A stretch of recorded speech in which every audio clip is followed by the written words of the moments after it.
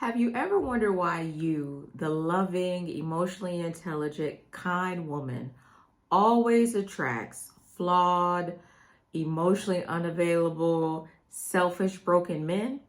It's not because you're cursed, right? You like sometimes you feel like I have the worst luck in dating. It's not because of that. It's really because of your empathy. And empathy is a superpower. It's your superpower. It's one of the things that makes you you, but it's also your kryptonite. In this video, I'm going to break down why empathetic women attract toxic, unhealthy, flawed, narcissistic men, and how to stop being a rehabilitation center for emotionally broken men, because that's not who we are. If you're new here, welcome to Heal the New Sexy, where we discuss all things healing, self-love, and relationships. My name is Cynthia. I am a relationship coach and licensed therapist. So I'm gonna jump right in. I got a few notes for you. So let's first start with you, right? You're empathetic. Empathetic women are natural healers. You ever been around a woman who's empathetic, who's kind, who's considerate? You feel deeply, you love hard, and you see the best in people. You can always see the potential in a person or a situation. You connect through compassion. Flawed, broken men, narcissistic men, oh, they love that because you are so compassionate, and your compassion is what they use against you. Okay, listen, this is the truth. The same gift that can become a magnet, right?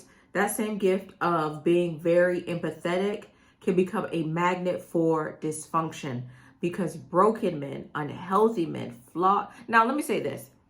We're all flawed, but there's levels to it, okay? So when I'm saying flawed, I'm talking about toxic men, okay? Listen, it can become, your empathy can become a breeding ground for dysfunction if it's not grounded in discernment. You have to have boundaries. You have to know when to be compassionate and when not to be. And as women, that can be very hard, right? Because we're supposed to be sugar and spice and everything nice.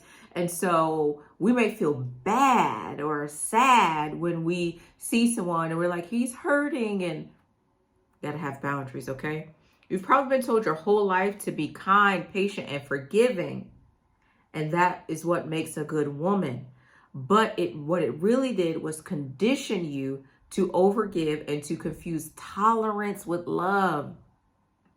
I really believe that there's, when people talk about a good man, they'll be like, he did, and as relates to relationship, he didn't cheat on you, and he wasn't abusive. But the thing is, before a man cheats or before he is physically abusive, because oftentimes we focus on that, there's a whole lot that can happen.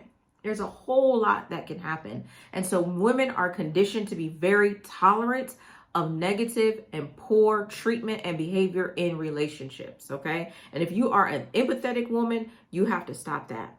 Toxic, narcissistic, and emotionally unavailable men may sense your energy. We all sense people's energy. They can feel that you're safe. They understand that you will understand them or overstand them, and that you'll excuse the behavior because you see the pain underneath it. He may even tell you a sob story about something that happened in his childhood, and the reason why he's doing that is to hook you.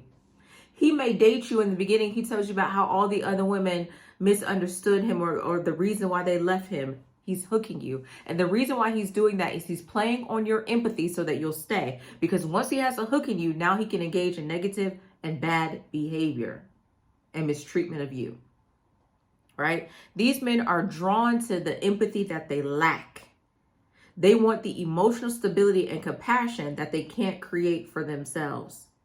But they always come and they create chaos in you. Pay attention to that. That's how you know that a man is unhealthy for you, because he's creating chaos in you. Empathy becomes attracted to a man who's broken because it feels like healing. But what he really wants is relief, not growth. Many of these men, I want a woman peace. I want a woman who brings peace. I want a woman who brings peace. And I always question, why do you want a woman to bring something that you don't have in yourself? And this is why. Because he doesn't have to do the work. He knows that you are going to do the work. So this is why these type of men are attracted to you. And this is why even when you leave them, they try to cause all types of chaos in your life. Okay, you listen to his trauma. You try to love him better. You try to prove that you're not like the other women. You even may vow that you're not going to leave him or abandon him like other women have. but he doesn't change. He drains you. Because for him, your compassion is just his supply. That's what a narcissist is looking for, a supply. Listen, empathy without boundaries equals emotional self-abandonment. You can have boundaries in a relationship. Many women don't, because we're taught to just be wide open and to just give. No, you have to have boundaries. You have to engage in self-preservation. Okay, so let's talk about the root of this. Why are you attracting, not just attracting, because we can't control who we attract, but why are you accepting these type of men? And it has to do with your childhood, and it has to do with how you were programmed. Women are programmed to essentially be small and to be nice and to be caring and to be kind and to be sweet. Okay, many empathetic women, this pattern starts in childhood. You were the girl that you saw the boy who everyone misunderstood and you tried to be his friend. I did that. When I was in middle school, there was a boy who lived in my neighborhood who was misunderstood. And when I tell you that was my boyfriend, that was my boyfriend. Right? That's why conversations between mothers and daughters is so necessary, right? Don't just tell your daughter not to date. Give her the scoop and the information. But also, when you know that you have an empathetic child, you got to teach that child to have boundaries. I saw his brokenness. I saw how people rejected him, how people treated him, adults and children. And I was an empathetic little girl. That's why I'm a therapist. And I was drawn to him. Okay? So you learn to read people's moods, to please others, to keep peace, to earn love through caretaking. That's not love, it's survival. And when you grow up in a chaotic home, it can create empathy in you. It can, or it can create you to be a monster, to be out for yourself. But you may be the type of woman that you understand pain, and so you don't want anyone else to hurt. And so when you get in a relationship with a man, you got to be careful of a man that tries to engage with, you have to be careful of a man that uses vulnerability as a weapon. He's being emotionally vulnerable with you in order to hook you and draw you in. He's not trying to build true vulnerability with you as a foundational piece of a relationship. Okay? So you have to watch that. You have to watch men who are being vulnerable with you. They may, especially early on in a relationship, he may be vulnerable with you and oversharing with you because really he has an agenda for you, and it's not a pleasant one. All right. So when you meet a man who's emotionally chaotic, part of you feels comfortable because it feels familiar. Your nervous system recognizes that as love, even though it's really anxiety, because you grew up in toxic environment. You grew up in unhealthy environment. You may have seen your mom engage in unhealthy relationship or unhealthy marriage. And so this feels the norm for you. Many of us have not had healthy representation of love. And so chaos is okay to us. It's normal. This is just what a relationship is supposed to be. And that's not the truth. And so here you are, very empathetic. You're caring, you're kind, you're loving, you're compassionate, and he's taking advantage of that because he sees you differently than you see yourself. He knows that he shouldn't treat you like the way that he does, but he does because he also knows that you're going to put up with it.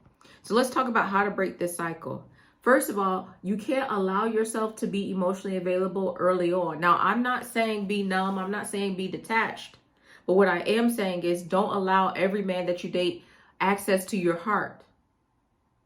Practice pacing, okay? So that when you feel that tug to jump in, you make a decision. Do I want to jump in and help, or do I not? Because you're showing up saving everyone. And some people don't want to be saved. They want to stay right where they are, and they want to drag you down with them. Discern between empathy and enabling. Compassion doesn't mean chaos. Are you being empathetic to his situation? Yeah, maybe he's having a terrible season. He told you he experienced trauma. Okay, that's fine. But you don't have to be enabling. You don't have to enable his behavior. You don't have to do that. Especially early on in a relationship, you can make the decision that this is too much for me. Listen, your capacity that was built in childhood for pain is not for you to utilize in your romantic relationship or in your friendship. Many of us have a great capacity for pain because we survived it. But don't feel like other people should access that. Close that part of you off. Limit people's access to that. Okay? Heal your inner rescuer. You are not responsible for anyone's growth but your own. Stop trying to save men. Like I said, you are not the emotional rehabilitation center for men. And some women do so much work, that man gets on his feet and leaves her, and you're trying to figure out why. Point him to the Lord's, point him to a therapist. And if he don't want to go, you go the other way. Don't feel like you have to tolerate that. Okay? Date from wholeness, not wounds. When you're healed, chaos stops feeling like chemistry. Be like, ooh, you got too much going on. No, I can't do this. Or even emotional unavailability. You'll say, no, I can't do this. If he's not coming to the table whole, then it is what it is. I'm not going to do this. I'm not going to tolerate this. Okay?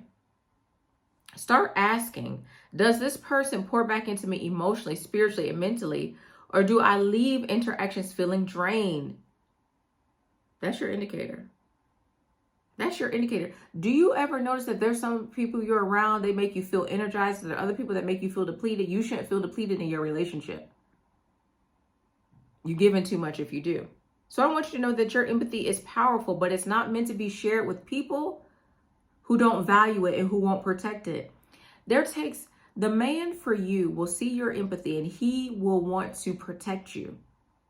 He's not going to want you to overgive or overextend yourself. And he's not going to take advantage of your good heart. The reason why you dated men that were toxic, that were flawed, that were narcissistic was because they took advantage of your empathy. They took advantage of your goodness. They took advantage of your heart. But a healthy man would never do that. He going to protect you from yourself. He going to say, listen, baby, you need to tell those people no. I know you're as it relates to work, I know that you are a superstar, but you need to slow down. You need to rest.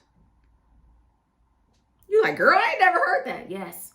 He's going to pick up, instead of you overproducing, he's going to pick up the load. He's going to be able to carry you on his shoulders. Not you carrying the relationship. You're not going to have to worry about manipulation and him taking advantage of you and him not being transparent and secrets. You're not going to have to worry about that. Because this man is going to show up healthy. But you have to have boundaries in place so that when you stumble across a man who's narcissistic or a man who is unhealthy, you're able to leave that relationship quickly. Are people flawed? Yes, they are. But you get to decide what flaws you're going to deal with and what you're not going to deal with, what you're not going to accept. Okay? Listen, if this message resonated with you, drop below that you are protecting your peace. In this season, we're protecting our peace. We're not going to keep dating men that are unhealthy because we are doing the work to what? Be healed, to be healthy, and to be whole. This is Heal the New Sexy. My name is Cynthia.